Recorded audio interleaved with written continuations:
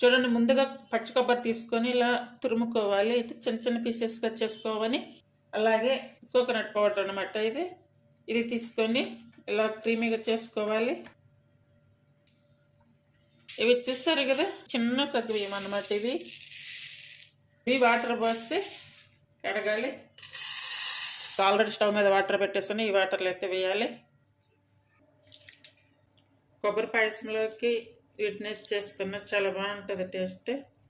ఇవి అడుగంటుకోకుండా ఇలా కలుపుకుంటూ ఉండాలి.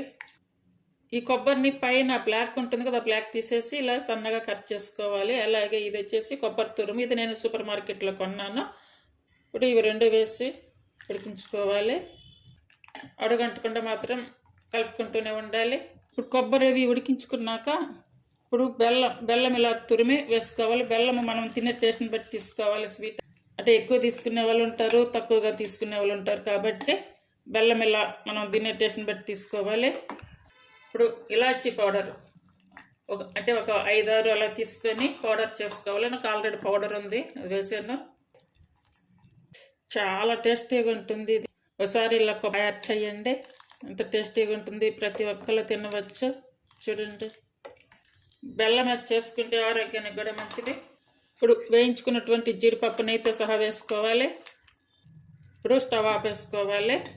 ఈ కొబ్బరి పాయసం రెసిపీ మీకు నచ్చినట్టయితే ప్లీజ్ లైక్ చేసి, షేర్ చేసి, సబ్స్క్రైబ్ చేయండి. Thank you for watching.